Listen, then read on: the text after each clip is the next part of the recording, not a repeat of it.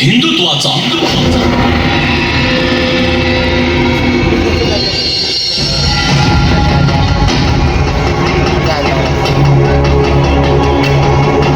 तर ऐका, तुमच्या सांगण्याप्रमाणे हे प्रॉपर्टी व जमिनीचे पेपर्स तयार आहेत. वरची शेती व मेन गल्लीतले घर तुमच्या हिश्श्याला. व एक मिनिट वकील साहेब, वरची शेती यांना कोणी द्यायचं ठरवलं आणि हे मेन गल्लीतले घर घेतील तर आम्ही काय ते उकिरड्याजवळचं घर घ्यायचं का? अरे दादा, पण तसंच ठरलं होतं. अण्णा जाताना तसंच ठरवून गेले. वा वा वा वा, म्हणे अण्णा ठरवून गेले होते. आम्ही होतो का तेव्हा तिथे? ओ बाई, आता अण्णांच्या शेवटच्या क्षणी सुद्धा तुम्ही भेटायला आले नाही, तर आमचा काय दोष? हो हो, तुला हेच सांगायचंय ना की सगळं काही तुम्हीच केलं, आम्ही काहीच केलं नाही. हो वहिनी, तो विषय नाहीये. अण्णा आमच्यात होते आणि रीतीप्रमाणे पाहिले गेले ना. भातवाला, मला नको शिकव तू. वरची शेती मी घेईल आणि बाकी मला माहित नाही काही. अरे दादा, पण तू स्वतः तिथे होता ना, तुझ्या डोळ्याने बघितलंयस अण्णा काय बोलले होते ते. चल रे चल, या वकिलाला पैसे दाबून तू हे काय करू पाहतोय? भाऊजी, अहो तुम्ही तर हमरीतुमरी म्हणालात. ए बाई, तू कशाला माणसांच्या मध्ये मध्ये बोलते का? जेव्हा बघावं तेव्हा चोंबडेपणा करते. चोंबडी कुठली? मला मला चोंबडी म्हणते? सगळ्या जगाला माहित आहे चोंबडी कोण आहे. हो हो, तूच आहे चोंबडी. आई अण्णांचं कधी काही करू शकली नाही आणि आली आता हक्क सांगायला. ए छोट्या, अरे जास्त डेअरिंग नको करू बरं का. आवर तुझ्या बाईला. काय चुकीचे बोलते ती. मला उलट उत्तर देतो का? काही पाणी आहे. चल निघ निघ निघ. मारलं रे, निघ.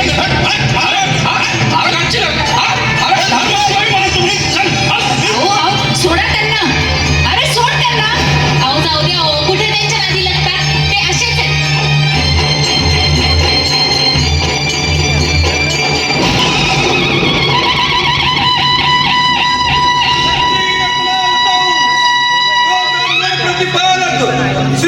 सिंहासनाधीश्वर महाराजाधिराज राजा शिवछत्रपती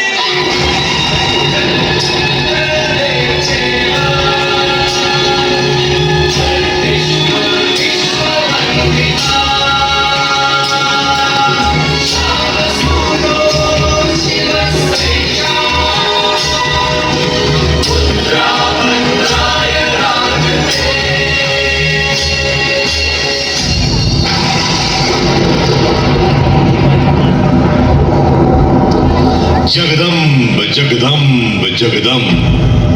रायबा, हे काय चाललंय आपल्या या भारत भूमीवर, आपल्या या स्वराज्यात? महाराज, मला तर काही सुचत नाही हो. आम्हाला तर मा साहेबांची आठवण होते आहे. मला वाटतं जसं आम्हाला आऊसाहेबांनी आमच्या बालपणी आपल्या थोर आणि महान धर्माची शिकवण दिली, तीच शिकवण जणू आज सर्वांना देण्याची गरज आहे. होय महाराज, खरंच त्याची अत्यावश्यक गरज आहे. सुरुवात तर रामायणापासून करावी लागेल रायबा. कारण ज्या भारत भूमीवर वडिलांनी दिलेल्या वचनासाठी मुलगा 14 वर्ष वनवास स्वीकारतो, मोठा भाव नाही म्हणून त्याच्या पण भाऊ राज्य करतो, त्याच देशात सख्खे भाऊ असे भांडतायत. आम्हाला तर मा साहेबांची आठवण होत आहे. त्यांनी तर आम्हाला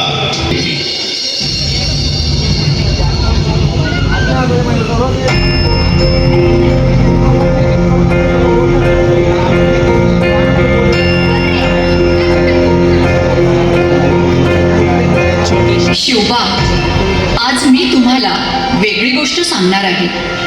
आणि शिवबा, ही कथा काही बाकी गोष्टींसारखी काल्पनिक नाहीये बरं का. तर परमेश्वराने मानवरूपी अवतारातून समस्त जगाला केलेला उपदेश आहे. एक परिपूर्ण आदर्श आयुष्य जगण्याची एक मार्गदर्शन पुस्तिका आहे. आज मी तुम्हाला रामायणाची गोष्ट सांगणार आहे. मग तर ही कथा आम्हाला नक्कीच ऐकायला आवडेल. सांगा ना लवकर. तर शिवबा,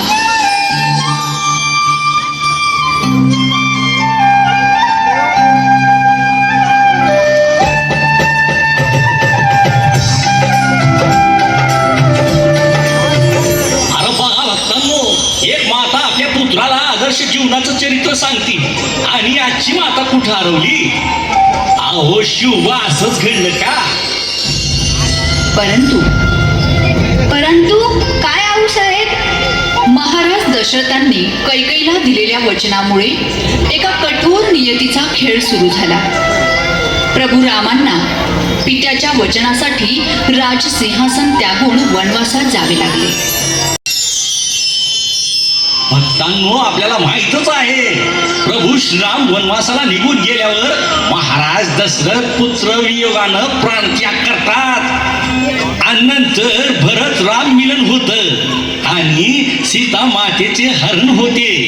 आणि मग माता सीतेच्या शोधात राम लक्ष्मण दोघं भाऊ निघतात. हनुमान सुग्रीव आणि दीनदुबळ आणि वानर सेना घेऊन समुद्र पार लंकेत पोहोचलं. रावणानं माता सीतेला परत देण्याचा नकार दिल्यानं श्रीराम आणि रावणाच्या सैन्यात भीषण युद्ध सुरू होतं. मेघनाथ आणि कुंभकर्ण मारलं जातं. रावण स्वतः युद्धात उतरतं.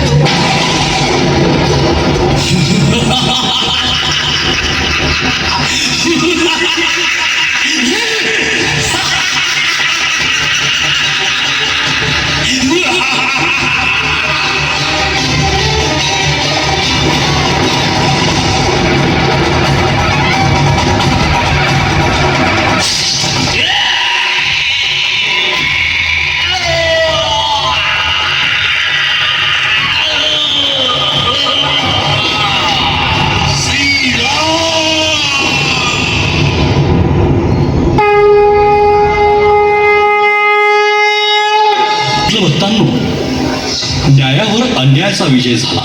परंतु यात माता सीता लंकेमध्ये 11 महिने 14 दिवस कैदेत होत्या. परंतु सुरक्षित होत्या, कारण रावण हिंदू धर्माचे वेद पुराण वाचन करीत होता, अन्य नाही. म्हणून हिंदू कधीच आतंकवादी होऊ शकत नाही.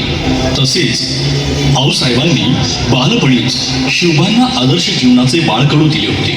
म्हणून एवढे मोठे स्वराज्य तुम्हा आम्हासाठी निर्माण करून दिले. आऊसाहेबांच्या दिलेल्या संस्कारावर शिवबा घडले. तसेच शिवबांनी दिलेल्या संस्कारावर शंभू राजे घडले. अरे, आता तरी आठवतो का इतिहास? कुठे गेला हिंदू धर्म? कुठे गेला हिंदू धर्म?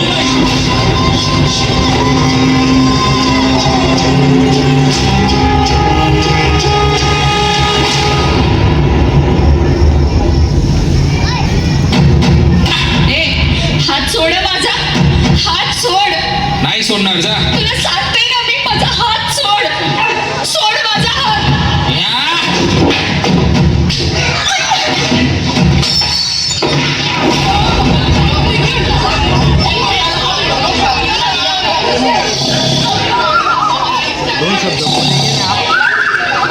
पप्पा, हो पप्पा, उठा ना हो. बाहेर बघा ना काय झालंय.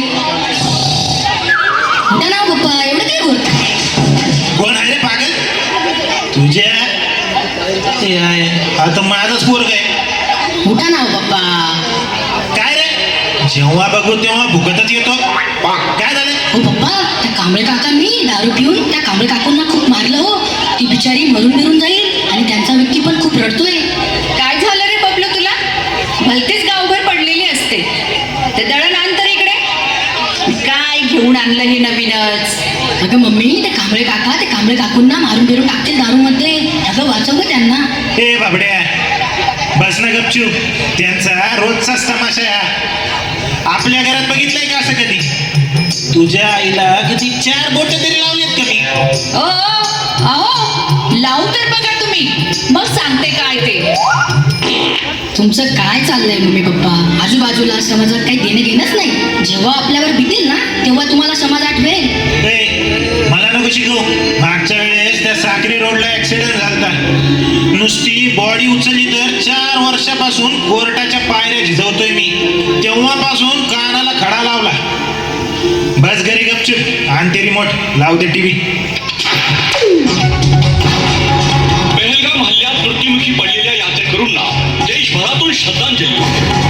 पहलगाम हल्ल्यातील दहशतवादी पाकिस्तानात दडून बसल्याचे सूत्र, धर्म विचारून गोळ्या घालण्याचा अधर्मी कट, दहशतवादाबाबत देशात संतापाची लाट. पहलगाम हल्ल्यात मृत्युमुखी पडलेल्या नागरिकांसाठी वरची शहरात मशाल यात्रा. हो समाजसेवक, बघ म्हणून म्हणत होतो घरात बस, दुसऱ्याच्या घरात तोंड नको खुपसू. हा भारत देश आहे, यात कधी कोण कोणाला गोळी घालून नाही ना सांगता येत नाही. बरोबर म्हणतात तुझे वडील. आपण भलं आणि आपलं घर भलं. बघ तुझी बहीण घरात कोणाशी बोलते का? अजिबात नाही. आणि बाहेर बी नाही बोलत ती. गुपचूप कॉलेजला जाते आणि गुपचूप घरी येते. काय रे तुला सदा ना कदा गावाची पडलेली असते मेल्या. हो का? कधीच सांगतोय ती काय करते, कुठं जाते, लक्ष ठेवा, समाजात फिरा, काय चर्चा चालू आहे बघा. स्वतः घरकोंबडे झाले आणि मला पण घरकोंबडा बनवताय. हे बघा तिचे फोटो, विचारा तिला कुठे म्हणा.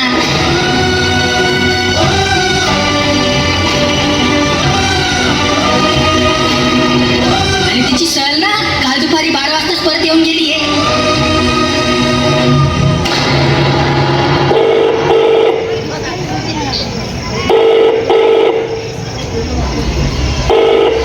हॅलो हॅलो, पायल बेटा, कुठं आहेस तू? तुमची ट्रिप तर काल दुपारी 12ला झाली ना, फोन का उचलत नाहीये? अहो मी ते सल्लू म्हणजे सलीमच्या घरी आले. अगं कोण सल्लू?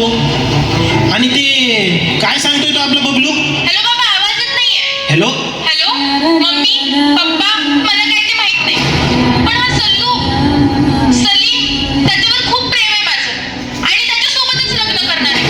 मी तुम्हाला केव्हाच सांगणारच होते, पण बबलू. पायल, पायल बेटा, काय पाप केलं का आम्ही? तू धर्म बुडवला का आमचा?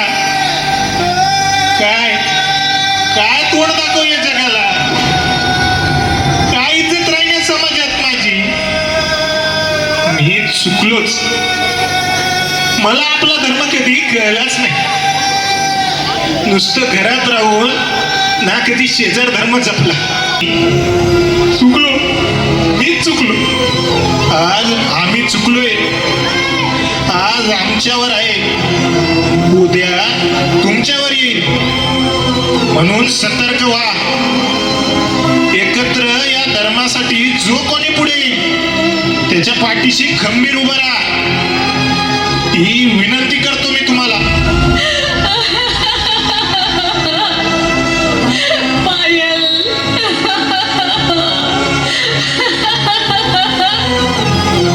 पायल.